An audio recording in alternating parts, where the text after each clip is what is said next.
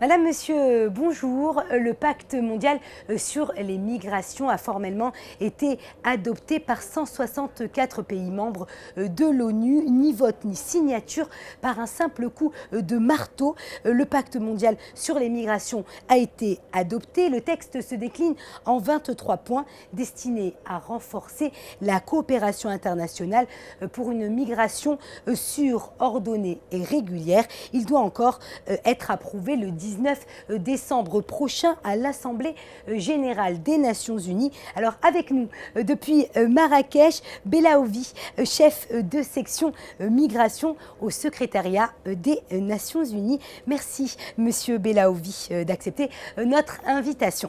Alors tout d'abord, quel bilan pouvez-vous faire justement de cette conférence organisée ici au Maroc, à Marrakech, le Maroc, qui est un pays qui a mis en place ces dernières années une politique migratoire basée sur une approche à la fois humaniste, solidaire et positive? Je pense que le fait que le Maroc a fait l'offre pour organiser cette conférence démontre l'importance pour la migration au Maroc. C'est déjà depuis des décennies que le Maroc est vraiment une champion de migration à cause du fait qu'il y a beaucoup de travailleurs, de migrants qui travaillent en Europe.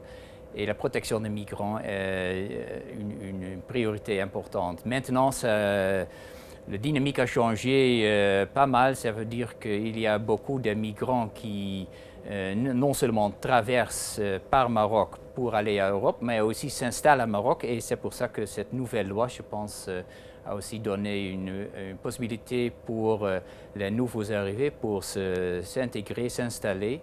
Et donc, à l'ONU, on est toujours très heureux qu'un pays accueille une conférence parce qu'avec cela, ça démontre l'attachement d'un pays membre à un certain sujet, dans ce cas, l'immigration. Alors, justement, alors revenons cette fois au pacte mondial. Si certains pays comme les États-Unis avaient annoncé dès le départ qu'ils n'adopteraient pas ce texte, une quinzaine de pays, notamment l'Autriche, l'Australie, l'Italie ou encore la Suisse, ont annoncé leur retrait ou le gel de leur décision après avoir approuvé pourtant le texte le 13 juillet à New York. Alors, comment voyez-vous ce retrait? C'est une déception surtout parce que, avec l'exception des États-Unis, il y a 192 pays qui ont négocié le texte et qui était approuvé dans l'Assemblée générale le 13 juillet. Donc, il y avait un engagement. Donc, c'est une déception quand certains pays qui ne sont pas venus ici à Marrakech pour l'adoption formelle. Quand même, c'est un cadre, donc il y a toujours... Le pacte, c'est vraiment... Il y a beaucoup des activités qui sont dans le pacte que le pays des gens sont déjà en train de faire. Donc, même s'il y a des membres qui sont des États membres qui ne sont pas partie du pacte, ils engagent dans les activités qui servent à promouvoir les objectifs du pacte global. Alors, il y a eu aussi, il faut le dire, beaucoup de fake news autour de ce pacte ces derniers jours. Ces détracteurs parlent d'un pacte qui amènerait à une perte de souveraineté ou encore une fuite des cerveaux. Alors, quelle réponse leur apporterez-vous justement? Oui, au niveau de la souveraineté, c'est clair dans le texte même. Si on lit, c'est clair qu'il n'y a aucune intention qu'il y a un changement de autonomie des pays pour décider leur migration, de politique de migration nationale. Donc, il n'y a pas de nouvelles obligations, il n'y a pas de nouveaux droits. C'est un cadre pour la coopération. Au niveau de fuite de cerveau, le pacte a pris une position très positive de la collaboration plutôt. Ça veut dire que l'idée de Global Skills Partnership, le partenariat global pour Les compétences. pour les compétences, qui veut dire, et ça c'est un relativement nouveau concept dans la coopération internationale sur la migration, ça veut dire qu'il y a des pays qui ont besoin de main-d'œuvre, font l'entraînement de certains cadres dans les pays d'origine, et ces gens peuvent décider de rester chez eux, ou certains qui veulent migrer ont la possibilité de le faire. Donc, plutôt que arrêter ou nier la possibilité d'émigrer à cause du fuite de cerveau, c'est une mesure positive parce que c'est un investissement dans les cerveaux, dans les pays d'origine, et une coopération pour un co-développement. Voilà, c'est le co-développement, et ça sert non seulement pour renforcer la main-d'œuvre dans le pays d'origine, mais aussi de remplir les trous dans le marché de travail dans le pays de destination. Alors, hein, je le disais, un simple coup de marteau a finalement suffi pour adopter ce pacte. Donc, c'est un accord, vous l'avez dit, non contraignant. Mais alors, comment on peut s'assurer justement que ce pacte sera mis en œuvre par les pays qui y ont adhéré? Oui, et donc, comme vous dites, c'est un pacte volontaire. Il y a un système léger de suivi. Ça veut dire, dans le pacte, c'est décidé aussi que chaque 4 ans, les pays viennent démontrer eux-mêmes ce qu'ils vont faire en termes de mise en œuvre du pacte.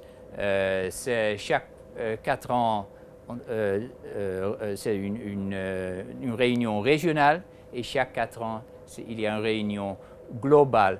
Il n'y a pas un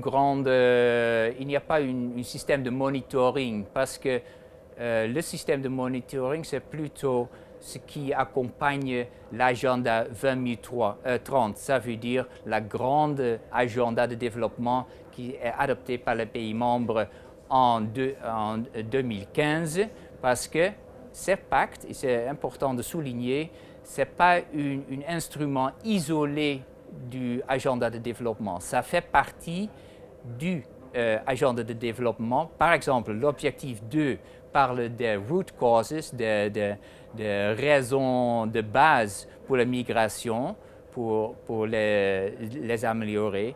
Et l'objectif 19 et 10-20 et l'objectif 20 parle des impacts de migration sur l'économie ou la société du pays de destination, ou sur l'économie du pays d'origine. Donc il y a beaucoup de relations avec cet agenda de développement, et là où il y a le grand suivi au niveau des goals, targets and indicators, les objectifs, les targets et les indicateurs.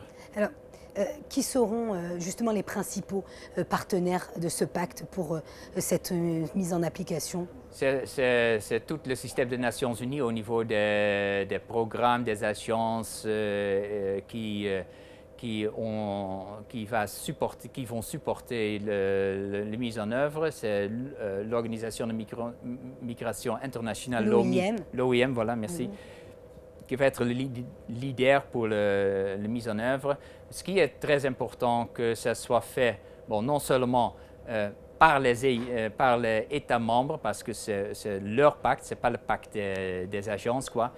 Et ce qui est très important, que la mise en œuvre va être faite aussi avec les organisations non gouvernementales, avec les scientifiques pour étudier les flux, pour trouver des solutions. Les experts en migration. Voilà.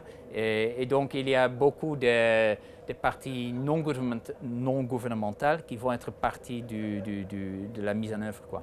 Alors, Une dernière petite question, hein, il nous reste très peu de temps avant la fin de cette interview. Le Maroc accueillera le siège de l'Observatoire africain des migrations, chargé de faciliter et coordonner les questions migratoires entre les différents pays du continent africain. L'accord créant justement le siège de cette institution a été signé en marge du pacte. Alors pourquoi il est important, selon vous, que l'Afrique dispose de ses propres statistiques?